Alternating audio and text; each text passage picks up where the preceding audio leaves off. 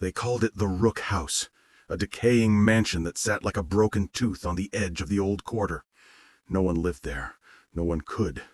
The city records listed the property as abandoned since 1978, yet 2 nights ago someone reported a light flickering behind the upper window, a weak, yellow pulse like a dying lantern. And with it came the voice. A woman's voice, trembling, repeating the same line. "It's still here. It's still here." I didn't believe in ghosts. I believed in lies, in secrets buried under concrete and dust. But when the precinct called me in, private consultant, they like to say, I took the file without argument. Curiosity is a disease I've never cured. The night I arrived, fog rolled over the cobblestones, thick as wool. My footsteps echoed too loudly. Every window of the Rook House was black, except for one, the attic window, where something moved behind the curtain, a slow, deliberate motion, like someone swaying from a rope. The front door was nailed shut from the outside, yet when I touched it, it creaked open on its own. The smell that poured out wasn't just dust. It was cold metal and old blood, the scent of things long forgotten. Inside, the floorboards whispered beneath my boots, the kind of sound that reminds you you're not welcome. I drew out my flashlight. The beam trembled, not from my hand, but from something in the air, a pulse I could feel, as if the darkness itself was breathing. That was when I saw it.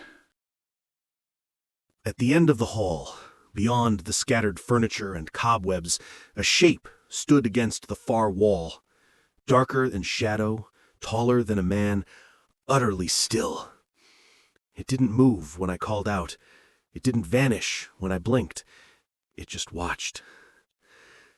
And for the first time in years, I felt something I hadn't felt since my first case, the unmistakable weight of fear pressing its cold fingers against the back of my neck. I've always trusted my instincts, those quiet, animal senses that murmur warnings before the mind can catch up, and every instinct I possessed begged me to step back from that hallway, to leave the house and forget the shape staring at me from the dark. But curiosity tugged harder. I raised my flashlight, its thin beam slicing across peeling wallpaper and broken picture frames, yet refusing to reach the figure at the end. The light bent around it, swallowed, as if the darkness there had weight, substance. I took one step forward. The shadow vanished. Not by slipping away, not by darting or dissolving. One moment it existed, the next it simply wasn't. The hall was empty again, though the air remained tight, as though something still lingered just outside the corner of my eye. That was when I heard it. A faint tapping. Rhythmic. Measured. Coming from directly beneath the floorboards. Tap, tap, tap. Pause. Tap, tap. I knelt and pressed my gloved hand to the wooden planks. The wood shuddered beneath my palm, moving not outward like something pushing up, but inward, as though something deep below was drawing the boards toward it. The pattern continued, a code, a warning, or simply the restless pacing of something trapped in the dark. Then the sound changed. A low groan rose from beneath the floor, long and hollow, like the exhale of something waking after years asleep. Dust drifted from the ceiling in thin streams. The house trembled, only for a moment, but long enough for me to feel the heartbeat of the place. And it was not beating in time with mine. I stood quickly, scanning the hall again. The temperature dropped sharply, enough that my breath wavered in the beam of my flashlight. The tapping had stopped. Silence settled over the house like a thick cloth. Then from somewhere behind me, a whisper slid through the dark. "Detective, you're late." The voice was close enough that I felt its breath graze the back of my neck. Instinct told me to turn. Experience told me not to. I let the silence stretch, listening for footsteps, for the creak of boards, for anything that might reveal where the speaker had been standing. But there was nothing, only the electric hum of my nerves tightening beneath my skin. Slowly, deliberately, I pivoted. No one was there. only a long corridor, sagging with age, its wallpaper bubbling like skin touched by flame. My flashlight beam crawled across the walls, and that was when I noticed something I could have sworn hadn't been there before. Handprints. Hundreds of them, small, large, smeared across the faded paper, all facing the same direction, toward the attic stairs. Some looked freshly pressed, the dust disturbed, the outlines sharp. Others were old, warped by time and moisture. A cold draft slithered along the hall, carrying a faint whisper with it, a sound like someone pressing their teeth against the wall and speaking through the plaster. I stepped closer. The whisper grew clearer, threading through the layers of rot and dust like a hidden frequency. "Don't look for it. It watches." My heartbeat quickened. "It watches." The words vibrated through the wall, so close I could feel them beneath my fingertips. The wallpaper shifted slightly, as though some thin, bony mouth was breathing behind it. I leaned in, knowing I shouldn't, but unable to resist. And then, just as the whisper sharpened into a voice I almost recognized, the wall pulsed outward, once, like a slow heartbeat, and a crack split open from floor to ceiling. From the darkness inside, a single, unblinking eye stared back at me. I stumbled backward, breath catching in my throat. The eye did not blink, did not move, only watched with a patient, unsettling calm. And then the wall closed, as if nothing had ever happened. But the whisper remained, drifting through the air like a dying candle flame. "You're in its house now." I'd been in cursed houses before, places where the air tasted of secrets and dirt, where every shadow carried the weight of something unsaid. But the Rook House, it felt intentional, as if the darkness wasn't merely present, it was guiding me. The hall stretched ahead, narrower than before, as though the walls had subtly inched inward. My flashlight guttered, once, twice, protesting the thick gloom. And there, at the far end, rose the staircase to the attic. 12 steps, warped wood, every edge fringed with dust that looked suspiciously like ash. I approached slowly, each board beneath my boots, sighing like an old mourner. Halfway there, a soft crunch sounded underfoot. I crouched, brushing aside the layer of dust. Small bones. Bird bones, maybe, or something with hands.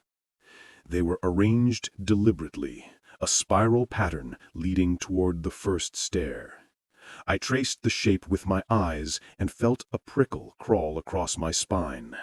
Spirals were symbols of return, of cycles refusing to end. Someone wanted me to climb, or something wanted me to repeat the fate of all who had. I placed my foot on the first step. The entire staircase groaned, shuddering beneath my weight, as though waking from its own uneasy sleep. A gust of cold air rushed down from above, carrying the scent of damp fabric and burnt hair. Then came the sound. A slow, dragging scrape. Something moving in the attic, pacing, circling, closer, farther away, closer again.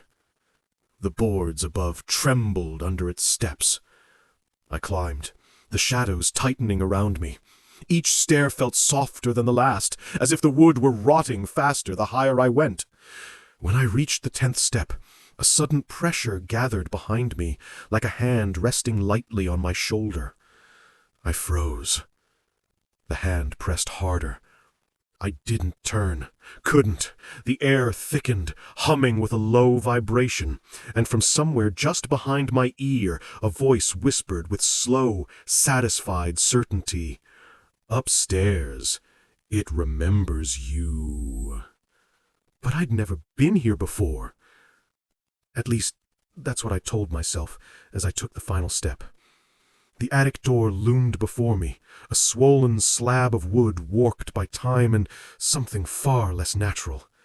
My hand hovered over the rusted knob, its metal cold enough to sting through the glove. Behind it, the pacing had stopped. Silence pressed against the door like a listening ear. I eased it open a fraction. A sliver of darkness stared back, thicker than the hallways, as if the shadows here had learned to feed on themselves. The air carried a heavy scent of mildew and old fabric, and beneath it, faintly, the sweetness of decay. I pushed the door fully. The attic stretched wide, its ceiling dipped low, beams bowed like the ribs of some ancient beast. My flashlight swept across forgotten trunks, torn sheets, a toppled rocking chair. The dust was strangely undisturbed, no footprints, no signs of life. Yet something had been moving up here. I had heard it. My beam settled on the far corner. At first I thought it was a heap of rags. Then the rags breathed. A figure sat slumped in the corner, knees drawn to its chest, head bowed. The cloth draped over it was threadbare, stained with dark blotches I didn't dare identify. Its fingers, pale, too pale, protruded from beneath the fabric, curled like brittle twigs. I took a step toward it. The figure twitched. Not a full movement, a subtle, trembling pull inward, like flinching from a cold wind. My pulse hammered against my ribs. I circled it slowly, keeping a careful distance. "Can you hear me?" I asked.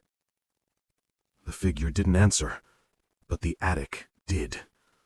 From the walls, from the floor, from the very beams overhead, came a soft rustling, 1,000 tiny whispers weaving together, like insects crawling beneath the skin of the house. "Don't wake it! Don't wake it! Don't wake it!" I froze.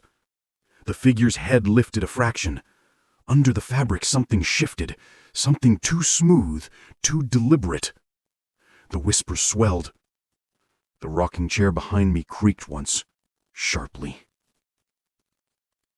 Then the figure in the corner raised its head fully, the cloth sliding back just enough for me to see the shape beneath. Not a face, not quite, but a void, an empty hollowness where features should have been. And inside that hollowness, something moved, something that recognized me, something that smiled without a mouth. That was when the attic door slammed shut behind me. The slam echoed through the attic like a gunshot, sharp enough to rattle the beams overhead. I spun toward the door, flashlight trembling in my grip. The knob twisted uselessly under my hand, locked from the outside. That meant someone else was here, or something that mimicked intention. Behind me, the rags-shrouded figure had not moved, not outwardly, but the hollow within it, that shifting, restless darkness, pulsed with a slow rhythm, like a creature testing its cage. I stepped backward until my shoulder pressed against the door, keeping the thing in sight. "Who are you?" I demanded, though my voice sounded thin in the suffocating air. The figure answered, not with words, but with breath. A long, dragging inhale that seemed to pull the cold out of the air itself. Dust swirled toward it in a slow spiral, as though the attic exhaled and the creature inhaled, a cycle older than the rot around us. The whispers in the beams rose again, urgent, overlapping. "Not alive, not dead. It remembers." My pulse stumbled. The house had been speaking since I entered, but now it felt afraid. I edged sideways, aiming the flashlight toward a stack of old furniture, looking for anything I could use as a weapon. That was when I noticed something carved into the floorboards near the creature's feet. A ring of symbols, etched deep, darkened with soot or dried blood. A containment circle, ritual markings, something meant to imprison, which meant someone had trapped this thing here, and someone else had chosen to release it. A low creak sounded behind me. The doorknob turned, gently. I pressed against the door, bracing, but there was no force trying to push it open. Instead, the knob twisted again, as if whoever stood on the other side was deciding whether they wanted me to remain trapped, or whether they wanted in. My breath fogged in the cold air. The figure lifted one fragile hand, its pale fingers trembling like they were made of dust. It pointed at me. Then, in a voice scraped raw by centuries of silence, it whispered, "Detective, you brought it back." But I didn't know what it was. Not yet. And as the doorknob slowly, deliberately turned a third time, I realized I was about to find out. The doorknob stilled. For a heartbeat, nothing moved. Not the air, not the dust, not even the creature watching me from its prison of symbols. The attic felt frozen, as though the house itself was holding its breath. Then, the scratching began. Soft at first, a delicate drag of fingernails over wood. Then harder, faster, as if something on the other side of the door was searching for a weak point in the grain. I swallowed, forcing my voice to steady. "Who's there?" The scratching stopped.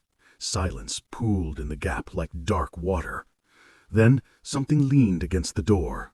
Not a body hitting it, not a knock, but the quiet, undeniable weight of a presence pressing inward. A low, muffled whisper seeped through the cracks. "Let me in.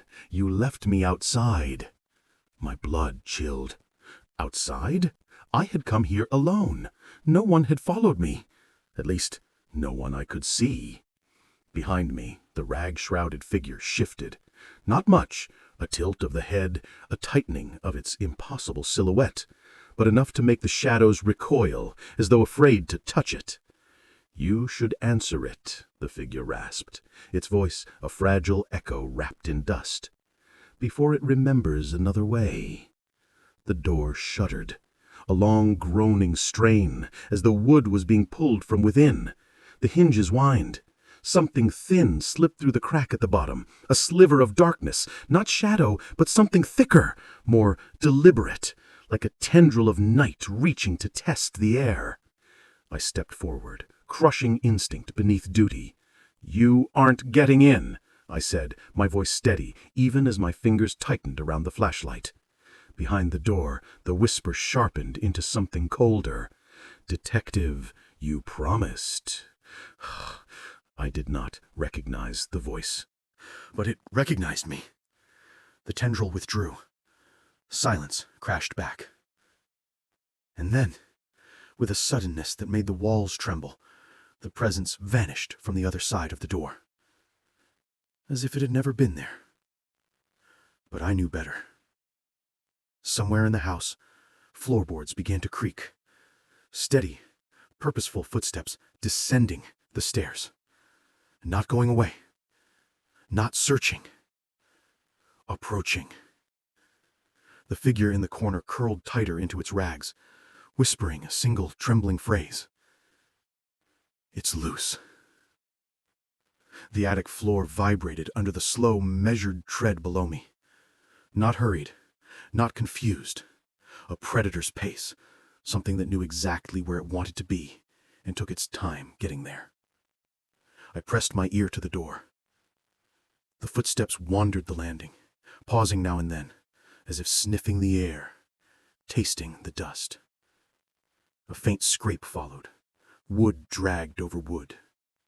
Furniture being moved. No. Furniture being cleared out of the way. Behind me, the creature shuddered in its corner. The rags trembled with each footfall from below, the hollow beneath them quivering like it was breathing too fast. "What is that thing?" I asked, keeping my voice low. The creature didn't answer first. Its pale hand pressed against the floor, tracing one of the carved symbols. Finally, in a voice thin as splintered bone, it murmured, "A shadow that learned to be hungry." A chill tightened around my ribs. I'd chased monsters before. Human ones. Men who hid in corners and blamed the dark for what they'd done. But this thing moved as though the blackness wasn't surrounding it at all. It was the blackness. The footsteps stopped directly beneath the attic stairs. A hush fell over the house. No whispers, no groaning wood, just a stillness too complete to be natural. I lifted my flashlight. Its beam wavered as if passing through water. Dust motes hung suspended in the air, frozen mid-fall. And then, creak. The first step up the attic staircase. My pulse hammered once, hard. Another step, slow, deliberate. The boards complained with long, aching groans that echoed through the beams overhead. The creature in the circle turned toward me, its hollow face shifting. It raised one shaking finger and pointed again, not at me this time, but at the attic door. "Don't open it. Don't speak to it." The footsteps climbed higher. Third step, fourth, fifth, each one heavier than the last, as if whatever was coming had grown larger or closer to remembering its shape. I backed away from the door, my breath shallow, my heartbeat trying to outrun itself. The figure clutched the floorboards, its body tensing. On the other side of the attic door, the steps halted, directly in front of me. A pause, and then a soft tapping at the door, a polite, gentle knock, Followed by a voice that was no longer muffled, but clear, intimate, and chillingly calm. "Detective, let me see your face." The knock was soft, too soft, a courtesy from something that didn't need permission. My breath caught halfway up my throat. Every instinct, every primal shard of survival in me screamed to back away, to hide, to become as still as the dust around me. Instead, I stood rooted.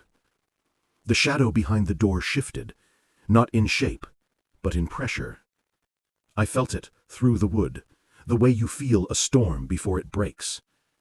My flashlight flickered violently, the bulb whining in protest. "Detective."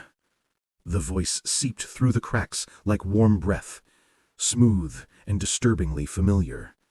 "I've waited so long to find you again." The creature in the corner hissed, a dry, brittle rasp. "It lies. It steals memory, wears it like skin." But the voice outside the door continued, unbothered. "You came back here once before, long ago, before you were this." A low chuckle, hollow and intimate. "I remember the way you looked at me, with fear, with curiosity, with promise." My heart thudded once, painfully. A flicker of something, a fragmented image brushed the edge of my mind. A staircase, moonlight on cracked wallpaper, and a door that wasn't this one, but felt like it. I clenched my jaw. "No," I said. "You're trying to twist." A sudden boom shook the attic door, splintering the frame. Not knocking, not asking, demanding. Dust rained from the beams. The creature shrieked, a thin, keening note that sounded older than its shape, and the carved symbols around it flared dark for an instant, as if resisting a pull. Another boom, harder. A long crack tore across the wood like a jagged mouth.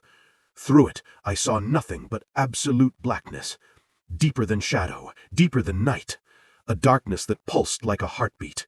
The voice inside it murmured, "You belong to this house. You always have. Let me in." And as the door shuddered under another impact, I realized something terrible. It didn't want to enter the attic. It wanted me to open the door. The crack in the door widened with a slow, splintering groan. Not enough for the thing outside to pass through, but enough for its darkness to bleed in, curling like smoke across the floorboards. The cold hit me first, a tide of air so sharp it felt like teeth grazing my skin. The creature in the corner recoiled, its limbs tightening beneath the rags. "It can't enter," it rasped. "Not fully, not without you."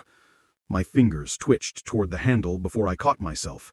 The house, The whispers, the thing outside, they didn't want to break in. They wanted me to comply, to invite.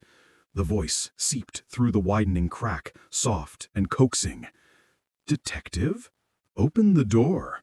You remember how this ends." I didn't, but a pressure bloomed behind my eyes, a distant echo of something half-buried, a childhood voice, a memory erased, a past I didn't know I'd lost. The beam of my flashlight stuttered violently, then died. Darkness swallowed the attic whole. Only the crack in the door glimmered, not with light, but with a slick, pulsing blackness, like the surface of an eye opening in the dark. I stepped back. My boot struck something. Metal. I reached down and my hand closed around an old iron rod. Heavy, cold. A weapon, if nothing else. Another impact hit the door, sending a shudder through it. But the thing still wasn't forcing entry. It was impatient, hungry, but bound. "Detective," the voice crooned, dripping with false warmth. "I know your name." My breath hitched. It whispered it, my real name, the one I hadn't heard spoken aloud in years. The attic spun, my pulse thundered in my ears. How could it know? "Stop listening," the creature hissed. "It steals truth. It makes lies feel like memory." The shadows along the edges of the room began to thicken, twisting toward me like fingers dragging themselves across the floor. The thing outside was spreading through the boards, soaking into the house like ink. I gripped the iron rod tighter. "Why me?" I demanded, voice cracking in the dark. "What do you want?" A soft laugh. "I want what was promised." A long pause followed, a silence so deep it felt like the house itself was holding its breath. Then the voice whispered, almost tender, "You came back to finish what you began." My knees weakened, heat flashed behind my eyes, a memory trying to surface, a dark hallway, a trembling hand, a voice begging me not to leave. But before the thought could fully form, the creature in the corner screamed. The symbols beneath it flared with a violent twist of shadow, pulsing outward. Not light, but a deeper, heavier dark that pushed against the invading one at the door. "You must choose," the creature rasped, voice cracking, desperate. "Open the door or break the house's hold." The attic trembled as dust showered from the rafters. The cracks in the door stretched wider. The shadow pressed closer, and I realized, with a chill that sank straight to bone, whatever waited outside was only half of what wanted me. The attic moaned like something alive, its beams shuddering above me as if the entire structure were drawing breath.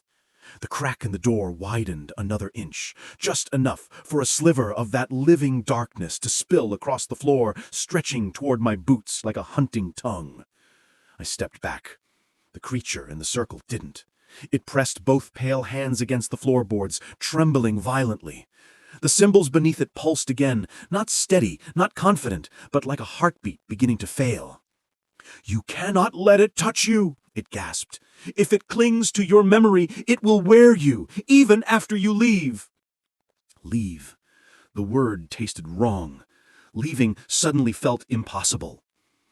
The thing outside whispered once more, now close enough that its breath curled through the crack like a cold mist. "Remember the cellar, detective?" My throat closed. I did not remember a cellar. Yet the moment the words settled inside my ears, a flicker of something tore across my mind. A candle flame sputtering in wet darkness. A hand, my hand, gripping a rusted chain. A girl's voice echoing up steps. "Don't shut the door, please!" I staggered, the memory evaporating before I could grasp it. No, not a memory, a trick, a seed planted where doubt already lived. "You see?" the creature whispered, its voice fraying at the edges. "It takes pieces. It leaves you hollow." The shadow on the attic floor crept forward another inch. The doorknob twitched, not turning this time, but tapping. A slow rhythm. A pattern. 3 taps. A pause. 2 taps. I felt it like a cold nail hammered into my skull. A code. An old one. One I had used once. Long ago, to signal a partner in the field. No, not real. I forced the thought away, though it resisted like a hook buried in flesh. The door rattled once, hard enough that dust rained down like gray snow. A low, dragging groan shivered through the house, as if the foundations were straining to remember something they wished they hadn't. Behind the door, the voice sharpened. You came here because of me. You heard me before you ever saw the light in the window. A tremor tightened around my heart, because, yes, I had woken 2 nights ago with a feeling, a pull, a whisper I couldn't place. It wasn't the precinct's call that brought me here. It was the house itself. You were mine first, before the badge, before the name you borrowed. Borrowed? The room spun. The creature thrust out its hand, desperate. Detective, fight it. The house feeds on belief, on what you think you've lost. The shadow's edge touched the first line of the creature's circle. The wood hissed. The symbols flickered. The thing outside inhaled sharply, almost excited. Choose, let me in, or I'll peel the truth from your mind piece by piece. My grip tightened on the iron rod. The attic walls swayed. The floor rippled beneath my feet like something shifting underneath the boards.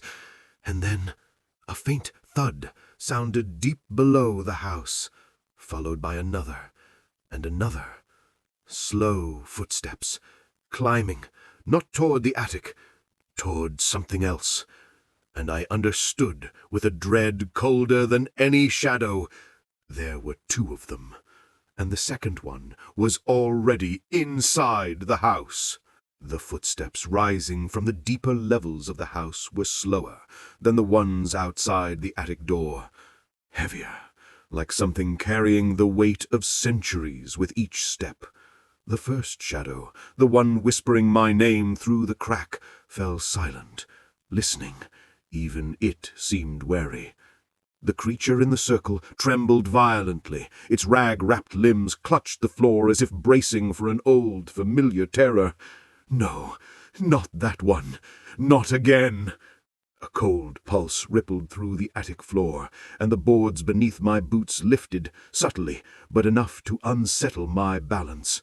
Something was moving underneath. Something that wasn't the hunger waiting outside the door. The second presence continued its ascent.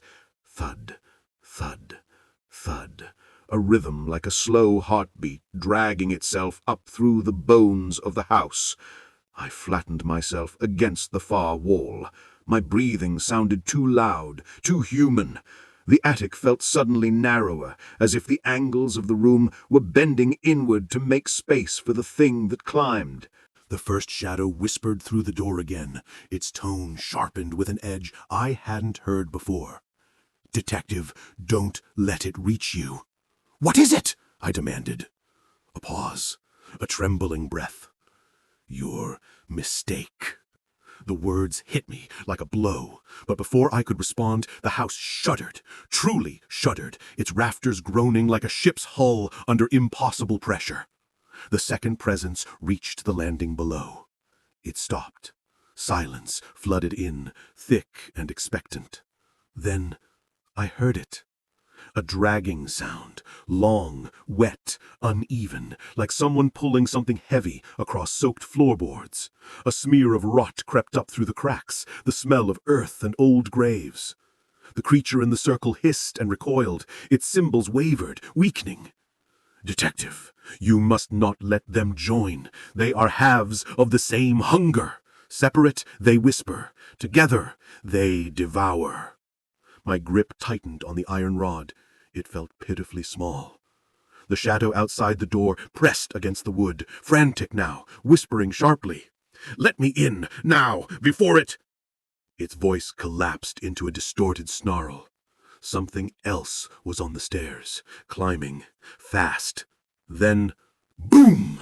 The thing below slammed against the lower attic steps so hard the entire staircase lurched. Dust cascaded from the beams like ash. Another blow. The stairs cracked. The shadow outside the door hissed, not at me, but at whatever was beneath us. "Detective," it whispered, now shaking with urgency. "If it reaches the attic, you won't remember enough to run." The creature in the corner shrieked, its hollow face twisting violently. "Don't open the door. Don't trust the first. Don't trust the second. None of them are—" Its voice dissolved into static, like a radio losing signal. A third blow hit the stairs. The wood splintered.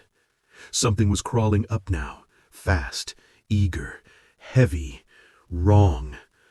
The attic door cracked wider, the first shadow pressing closer. The second shadow reached the top step. Both of them whispered my name at once. "Detective." One voice coaxing, one voice hungry. And my mind, my past, felt like a door both of them were trying to open. The attic tilted, not literally, but in that sickening way reality distorts when too many truths press against it at once. My vision blurred at the edges, shadows bled into each other. The house felt swollen with expectation. The staircase below creaked under the second presence as it rose that final inch onto the landing. The first shadow pressed harder against the cracked attic door. The creature in the circle writhed, its hollow rags twisting like it was being pulled in two directions at once. And then a sound ripped through the air. Not a shriek, not a growl, a memory. It struck me in a wave that nearly dropped me to my knees. A boy, alone in a narrow cellar, my hands small around a lantern. A second figure, shadowed, whispering to me from the far corner. "Don't open it, unless you want it to follow." Then darkness swallowing the lantern light, a scraping sound behind me, and a promise whispered into my ear. "One day you'll come back for me." I gasped, the iron rod clattering from my shaking fingers. The memory faded as quickly as it came, leaving behind only a tremor in my bones and a guilt that didn't belong to the man I was now. The first shadow outside the attic door spoke, almost gently. "Now you understand. You left me there, alone, in the dark." The second presence answered with a wet, rasping growl, a voice that scraped against the inside of my skull. He left me there, too. A cold dread twisted through me. Two shadows, two voices, two parts of what? Me? This house? That cellar? They weren't trying to kill me. Not yet. They were fighting over me. The attic steps groaned as the second shadow dragged itself fully onto the landing. The door shook in its frame as the first one leaned closer, its whisper sharpening into a command. "Detective, open the door. Choose me." The creature in the corner writhed, its hollow face glowing faintly with an inner darkness. "You must not choose either," it pleaded. "If you choose one shadow, the other will consume what's left." The house trembled violently. The second shadow slammed a fist, or something shaped like one, against the wall just below the attic door. The wood bent inward. I staggered back. They whispered in unison, two voices coiling around each other like strangling vines. "You cannot escape what you abandoned." My thoughts tore apart. Which memory was real? Which voice belonged to the truth? Which shadow had been whispering in my dreams? Another blow shook the door, then another from below. The doorway splintered.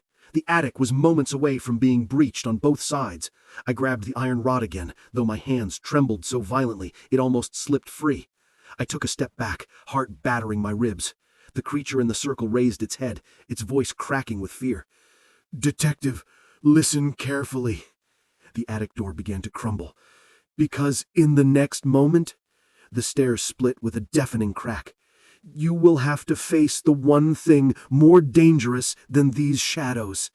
The creature's hollow face tilted toward me. "Yourself." The attic split open with a sound like a bone snapping under too much truth. The door gave way first, not shattered, not forced, but peeled, as though the wood had grown tired of being a barrier. The crack widened into a gaping wound in the frame, and the first shadow poured through it like ink spilt in reverse gravity. It didn't emerge as a shape, it emerged as a smear, a distortion, a trembling place where reality bent inward and refused to explain itself. Below, the stairs burst outward as the second presence surged up the last step. It dragged itself across the landing, enormous and ungainly, a heaving mound of mass that seemed to forget and recreate its own form with every movement. The attic swallowed both their approaches with a choking silence. I raised the iron rod, though it felt like holding a candle against an ocean. The creature in the circle convulsed. The symbols beneath it flickered, fading. "Detective," it whispered, voice thin as dying embers. "There is only one way to survive." The first shadow coiled toward me, whispering my name like a secret lover. The second lurched closer, its breath a cold rot that dragged memories up from the floorboards like worms after rain. "Show him," the second shadow rasped. "Show yourself," the first demanded.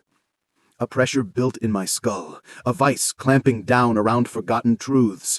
My vision doubled, the attic twisted. And then a mirror appeared. Not summoned, not imagined. It simply was there, leaning against the far wall, tall, cracked, frame carved with swirls that seemed to shift when I blinked.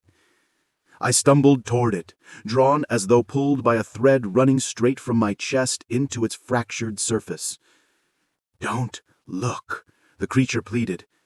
"You must," the first shadow whispered.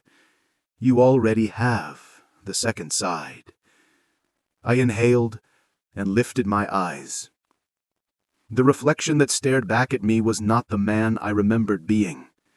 My face, pale, hollowed, smudged with soot and something darker clinging around the edges. My eyes, flickering with shadows that moved slightly out of sync with my own blinks. My expression, fractured, as though part of me stood just behind the glass. Then I saw it. Behind my reflection, inside the mirror, stood a third figure. Not the first shadow, not the second, not the ragged creature. Me, but younger, standing in the cellar from the broken memory, lantern shaking in my small hand, eyes wide with terror. He, the younger me, whispered something. I leaned closer. His voice was tiny, strained, like he was speaking through a lifetime of dust. "He never left this house." The attic swam. My heartbeat dropped into a slow, monstrous thud. I wasn't remembering the cellar. I was returning to it. The first shadow pressed a hand, or something like a hand, onto my shoulder from behind. "Choose me," it murmured. "I kept your secrets." The second shadow crawled closer, its voice dripping hunger. "Choose me. I kept your guilt." The creature in the corner sobbed, its voice splitting. "Detective, the house is feeding on what you forget. It wants you to become one of them." The mirror pulsed. My younger self reached toward me from the other side of the glass, and the attic, every beam, every board, every whisper, leaned closer, waiting for my decision. Two shadows, one truth, and a house that wanted to swallow all three. The next step would decide whether I remembered who I really was, or became the thing I had been running from my entire life. No, I trembled, and the mirror simply answered, rippling like a pool touched by a dying breeze. My younger self pressed both palms to the glass, eyes wide, pleading with a terror I suddenly remembered wearing like a second skin. Behind me, the two shadows tightened their circles. The first, a whisper that promised answers, its tendrils brushing my neck with a lover's patience. The second, a weight of guilt, dragging the floorboards downward as if the whole house bowed beneath its sorrow. Both waited for my hand. Both wanted me to choose. Both wanted to finish what I began in the cellar years ago, even if I didn't remember how it started. Detective, my smaller self whispered again. Don't let them decide for you. A chill knifed through me. Because he wasn't afraid of the shadows. He was afraid of me. The attic walls groaned as the two entities closed in. The ragged creature's containment circle sputtered, symbols dimming into nothing. It curled in on itself, shrinking from the inevitable. The house breathed in. The shadows struck. One wrapped around my left arm, cold, persuasive, promising clarity if I let it replace my doubts. The other seized my right, heavy, suffocating, eager to drown me in every secret I'd buried too deep to name. Between them, I felt myself tearing, thin, hollow, as if my body were just a doorway the house was trying to widen. My younger self pressed harder against the mirror, voice cracking. You didn't leave me behind. They did. A shift thundered through the attic, not from above, from below. The floorboards beneath my boots softened, liquefying into a black, tar-like sludge. The same cellar darkness I'd seen in the mirror began to seep upward, swallowing wood and memory alike. The shadows pulled harder, the mirror pulsed brighter. And in a moment that felt both eternal and instant, I understood. I wasn't meant to choose between the shadows. I was meant to choose between them and him, the boy who had survived the cellar when no one else had. I tore my arms free, not from strength, but from remembering who the shadows truly were. One was the fear that kept me from opening the door. The other was the guilt that convinced me I had. Neither belonged to me.